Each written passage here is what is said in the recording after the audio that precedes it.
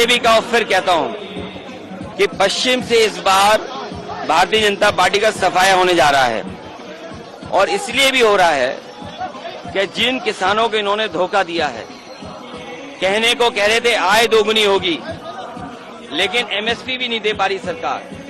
MSP का कानूनी अधिकार इंडिया गठबंधन समाजवादी पार्टी देना चाहती है, और जब मौका मिलेगा तो उस पक्ष में काम करेगी। वहीं बड़े पैमाने पर नौजवानों की नौकरी छीनी, और ये जानबूझ करके पेपर लीक कर रहे हैं। उत्तर प्रदेश में बीजेपी की सरकार है, जहां से पेपर लीक हो रहा वहां बीजेपी की सरकार है। जब इतना सुरक्षा का इंतजाम किया इन्होंने, उसके बाद आखिरकार क्यों पेपर लीक हो रहे हैं? और जब पहली बार पेपर लीक हुए उसी समय सरकार क्यों सावधान नहीं हुई? सरकार जानबूझ करके पेपर लीक इसलिए करा रही है क्योंकि वो आरक्षण नहीं देना चाहती, वो सरकार नौकरी नहीं देना चाहती। और इनके पास बताने को क्या है?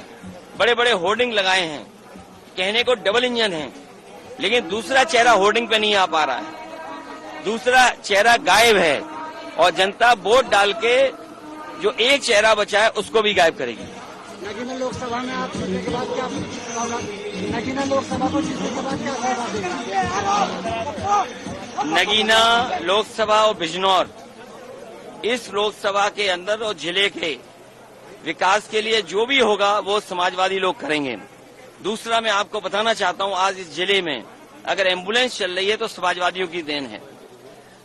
100 नंबर जो आज 112 है, अगर पुलिस के पास इस तरह की गाड़ियों का इंतजाम अगर किसी ने किया तो समाजवादियों ने किया।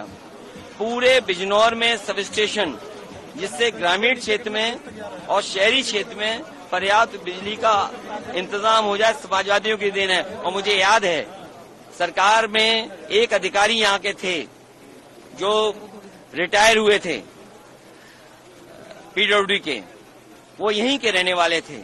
उन्होंने कहा कि मेडिकल कॉलेज बनना चाहिए।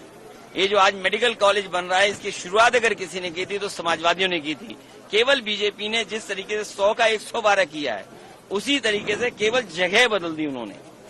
नगीना लोकसभा के प्रत्याशी पूर्व जज मनोज कुमार खुले मन से दावा कर रहे हैं कि नगीना लोकसभा पर जीत दर्ज करने के बाद मेडिकल कॉलेज महिलाओं के लिए अच्छी संस्थान है, और वो कर रहे हैं, जरूरी है मिले, और इससे बेहतर सुविधाएं देने का काम समाजवादी लोग करेंगे। तो आप उनका साथ देंगे? मैं साथ नहीं, मैं काम करके दिखाऊंगा। इसीलिए मैंने आपको उदाहरण के लिए दिया।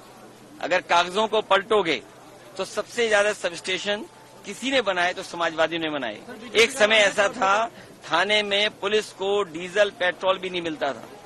वो जो फरियादी आता था उससे वसूल करके गाड़ियां चलाते थे। बजट दे करके, गाड़ियां दे करके पुलिस को रिस्पांस सिस्टम अगर किसी ने दिया, समाजवादियों ने दिया। पूरे बिजनौर में हजारों ऐसे बच्चे होंगे जिन्हें लैपटॉप मिले हैं, और उन लैपटॉप से अपने आप कुछ न कुछ करने लगे। जो अभी बिल गेट्स आए थे और प्रधानमंत्री जी जो बात कर रहे थे डिजिटल डिवाइड को लेकर के, तो डिजिटल डिवाइड कैसे खत्म हो, उसके लिए अगर किसी ने काम किया था तो समाजवादी पार्टी ने यहाँ पर लैपटॉप बांटे। वो आज भी चल रहे होंगे। बीजेपी के जो दिए गए हैं स्मार्टफोन, आप उंगली घिसते रहिए, थक जाओगे, तब जाकर के थोड़ा बहुत चलता है। 400 हार इस बार की होने जा रही है। 400 पार नहीं, 400 हार। और जितने लोग हैं संविधान और लोकतंत्र को खत्म करने वाले लोग हैं, वो सब इस चुनाव में जनता के वोट से भगाए जाएंगे। अखिलेश जी, राष्ट्रीय अध्यक्ष ने कहा है कि इंडिया गठबंधन के आधे नेता जेल में हैं, आधे बेल पे हैं, क्या कहना चाहते हैं? भारतीय जनता पार्टी ने अपने दल को भ्रष्टाचारियों का गोदाम बना लिया है। भारतीय जनता पार्टी ने भ्रष्टाचारियों के लिए अपना दल गोदाम बना लिया है। जितने भी भ्रष्टाचारी हैं अब सब भारतीय जनता पार्टी में। क्या आपने इलेक्टोरल बॉन्ड का नहीं देखा कि किस तरीके से भारतीय जनता पार्टी का बैंड बज गया? सच नहीं बोल पा रहे हैं। हजारों करोड़ कोई चंदा देता है, ईडी सीबीआई इनकम टैक्स से वसूली हुई है, और ये बात तो सामने आ गई है। ये सरकार संस्थाओं से खिलवाड़ कर रही है, और याद रखना, संस्थाएं कमजोर होंगी तो लोकतंत्र कमजोर होगा। और ये संस्थाओं में जो मनमानी कर रहे हैं उसी का परिणाम है कि आज लोकतंत्र कमजोर होता जा रहा है। इन संस्थाओं को बचाना है, लोकतंत्र को बचाना है, और कम से कम इन संस्थाओं की क्रेडिबिलिटी तो हो। अगर क्रेडिबिलिटी खत्म हो जाएगी तो हमारे लोगों का भरोसा खत्म हो जाएगा। इंडिया गठबंधन की सरकार आएगी तो आप क्या करेंगे? बीजेपी को हटा रहे हैं।